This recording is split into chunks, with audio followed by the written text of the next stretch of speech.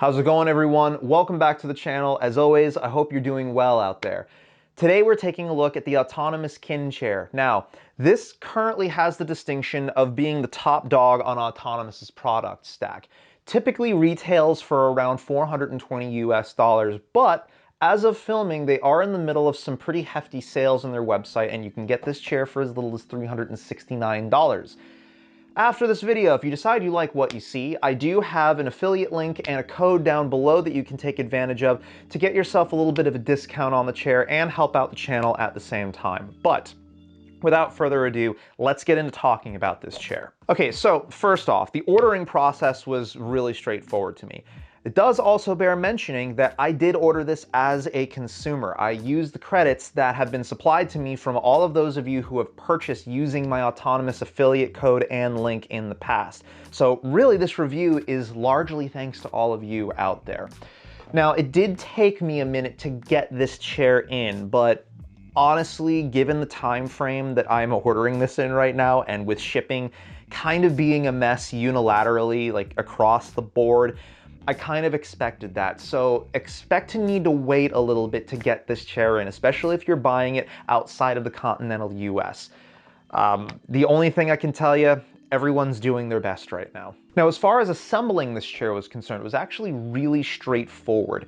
Basically, it was just setting up the chair piston inside the caster frame at the bottom, then assembling the seat pan and back, and just popping that all into place, and it was all taken care of.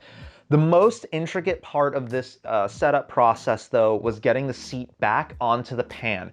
It attaches using 8 fasteners. 4 of them are Phillips head, 4 of them are Allen key. The directions for assembly that were supplied and that are listed online are very straightforward, but they don't mention that you really should have the seat pan moved forward a bit when you're attaching the seat back. Otherwise, it may not line up correctly and it'll be challenging to install. Now, as far as build quality with this chair is concerned, I find this to be extremely good. The only little bit of weird play that you have in it is if you lean into the seat back as it's in a locked position, there will be a little bit of play there, but honestly, if you up the tension of the seat back enough, you don't even really notice it. Like, I'm having to actively make the seat back do this. In practice, it's really not any sort of issue at all. Now, the outside of the seat housing is comprised mostly of ABS plastic, and as you can see here, it's using a sort of fishbone design that leaves it more like an open frame. It's not quite like any other chair design I've ever seen before. Now, the actual seat pan and back material that you're resting on is made of a thermoplastic elastomer, or basically a specialized hybrid blend of plastics and rubbers that are designed in a sort of mesh pattern to leave it both breathable and supportive against your back. This becomes especially evident in the lumbar support area of the TPE mesh support, in that where everything joins up right there, as I'm sitting in the seat back, this is more cradling my spine like a chair should be doing, rather than bolstering it and sort of forcing itself upon you, kind of like those racing-inspired gaming chairs tend to do. So as you can see here, my chair actually has a mesh covering over the TPE material that's used. You can get this without the mesh. Just know that this material feels very similar to the stuff that's used to make Crocs. So if you own a pair of Crocs or have worn them and you're not comfortable with that material touching you physically, I would recommend opting for one of the mesh-covered options. They're currently not carrying any sort of price premium. You can get them in a few different colorway options. I would like to admittedly see that expanded upon. The blue one that I got is probably the most exciting and vibrant looking of the chair options. It is also worth noting that this mesh material is made out of polyester, and it's supposedly odor and stain resistant as well. So far, after the several, I would say about 3 or 4 months or so of using this chair, that's largely held up to be true. Now, the seat pan has some really interesting stuff going on here, and we'll touch on it more a little bit later. But rather than having a traditional cushion or memory foam underneath you, you have the same layer of TPE and the mesh if you get it optioned with that.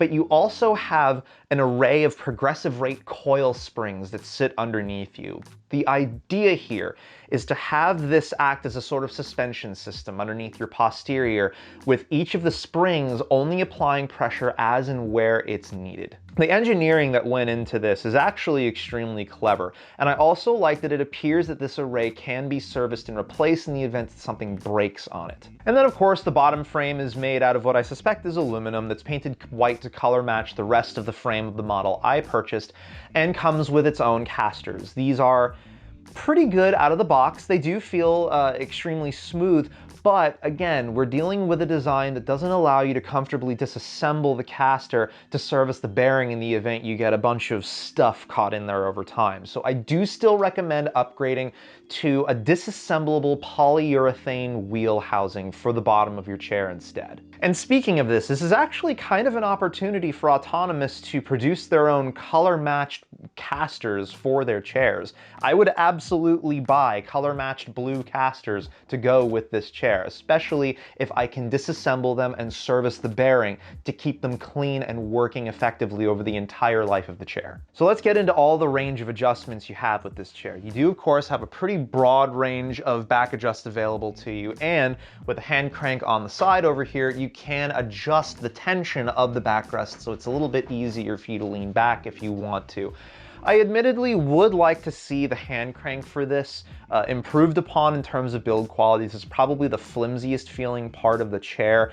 And if I'm being honest with you, this is likely to be the first thing that starts giving you problems over time. But it's functional, and you can at least push it in and out of the way so there's no risk of accidentally damaging it just during typical chair use. Now, as far as the armrests, which I will go ahead and mention here, while they are unpadded, they do have a much more comfortable contour to them than the armrests that I was using on my ErgoChair. So this is vastly improved over what I was using in one of their lower spec options. But as far as the adjustment points go, you get X-axis adjustment and you get Z-axis adjustment up and down to a pretty respectable range, but you don't get any Y-axis adjustment. I can't slide them forwards and backwards on the chair. This seems like a strange omission to me because ErgoChair 2, which is further down the product stack, does offer this functionality. And while I will admit that for my personal use, the position of the armrests is perfect, I can also see a scenario in which someone would want the armrests to be able to move a bit further forward or a bit further backward.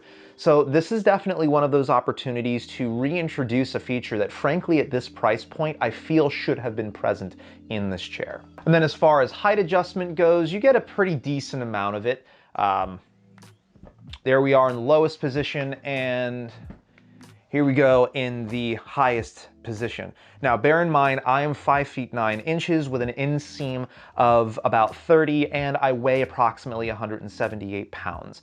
If your measurements vary a little bit from that, that's going to impact how comfortable this degree of adjustment is for you. The seat pan also gets about 3 inches of forward and backwards movement here, but you don't get any tilt for the seat pan.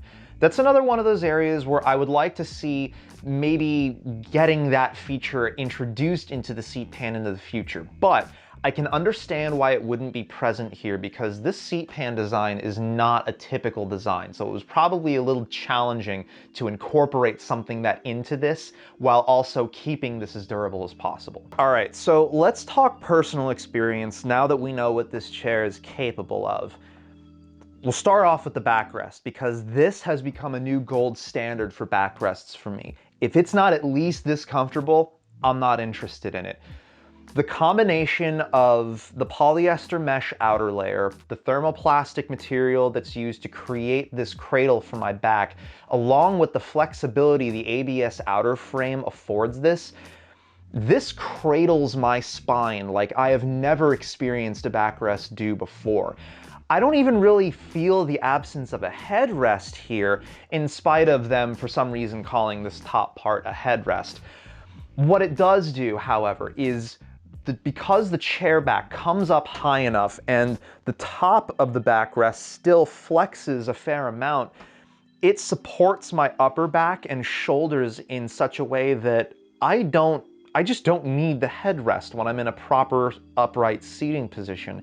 And in fact, I really don't even want to deviate from this position. Just plain upright with this chair has me more comfortable than I've ever been at a desk before. And knowing now what I need out of office furniture, I can comfortably say that the way my arms, elbows, and lower body are squared off in this chair, this is absolutely what I've been looking for. It's also worth noting that because of the way this backrest is designed, you get plenty of airflow through to your back.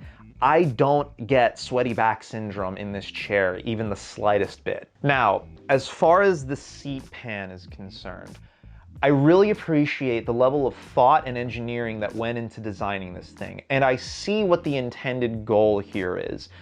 But there were a couple of problems that I experienced with this, but bear in mind, I have a pre-existing health condition that I'm managing that requires a more compliant seat pan, so take my impressions here with a grain of salt. I personally feel like it's still a bit too stiff, because what's happening is even though you're getting weight distribution in different ways across the springs, the thermoplastic material doesn't do a good enough job of damping where those pressure points are felt along your posterior. So I can still feel, as I'm sitting in this chair, the specific springs that are applying the most pressure to my bottom end here, which over time can become a little bit fatiguing. Again, pre-existing health condition, your mileage will vary.